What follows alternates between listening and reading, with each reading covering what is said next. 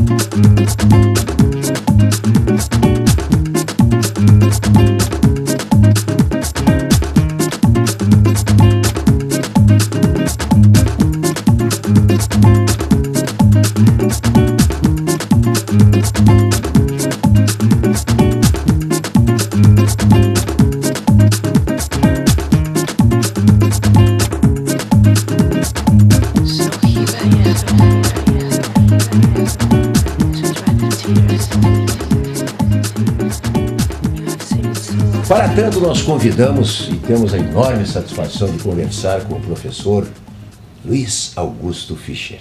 Nós tivemos o prazer de acompanhá-lo no último sábado, naquele passeio pelo centro, digamos, histórico de Porto Alegre. Bom dia a todos, agradecemos a presença de vocês, tá? Essa é a caminhada Viva o Centro a Pé. Essa caminhada ocorre sempre no segundo e no último sábado de cada mês. O que começou ali, Fischer?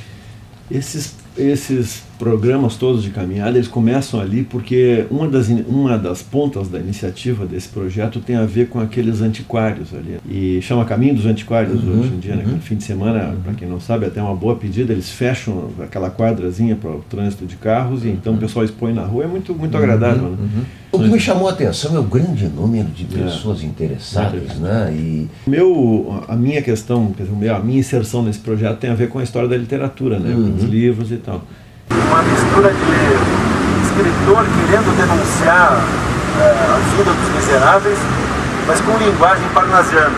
Dá para imaginar essa combinação, uma combinação um pouco esquisita. Mas enfim, ele está aqui e foi homenageado em 62 com a colocação desse busto, tá bom? E aqui a gente começa então a nossa viagem, que vai seguir ali pelo caminhozinho dos antiquários. Então o foco foi todo, enfim, tentar acompanhar episódios de literatura ou de vida de escritores que passassem por aquele trajeto que a gente fez. Então, primeiro, o Alcides Maia tem um busto ali, né? Enfim, aí eu comentei um pouco primeiro da estranha circunstância de ele ter sido um cara muito famoso, até a sua morte em 1944, ele era, enfim, uma figura de primeiríssimo plano, era o grande intelectual gaúcho, era da Academia Brasileira de Letras, então tinha todo esse... Imagina, se hoje ainda é prestigioso isso, imagina, né, 80 anos atrás, 100 anos atrás. E o centro, né, de Porto Alegre tem esses vultos históricos e tem os seus fantasmas também, né? Quando chegamos ali na esquina da Rua do Arvoredo, que é a Rua Fernando Machado, né, você falou sobre o crime da Rua do Arvoredo. Quem é os crimes da Rua do Arvoredo? Tem a ver com essa rua, que embaixo da Rua Fernando Machado, a antiga Rua do Arvoredo. Você ouviu falar dos famosos crimes, né? Era um sujeito chamado José Ramos, que era um açougueiro, tinha açougue lá para cima, lá na Duque ou algo assim. Mas a história dos crimes é assim, então tem, até um certo ponto, se tinha certeza de que esse José Ramos, junto com a sua companheira, Catarina Paulsen, enfim, teria feito um crime que consistia no seguinte: essa mulher atraía incautos até a casa deles, ali na Fernando Machado. Eles eram assassinados, eram chacinados, enfim, trucidados, a carne deles era reduzida a pedaços e supostamente então ele usava essa carne para fazer linguiça e vender essa linguiça e tal. Isso na altura de 1860 e tantos. De qualquer forma, é uma das histórias mais fascinantes do centro. E sobre ela há muita literatura, né? Isso é interessante. Que a grande diferença entre o centro histórico da cidade, no caso Porto Alegre, e a sua periferia, né, onde hoje se inserem regiões nobres, é que só tem histórias o centro. Né? Claro. Mas nós subimos ali pelas escadarias do viaduto Otávio Rocha, né, e chegamos ali onde... Tendemos à direita pela Duque, no Sévigné. No Sévigné, né? E ali vem a história de Lucena de Abreu. Eu acho que ela foi uma precursora da modernidade em vários aspectos, e por isso foi contestada. Né?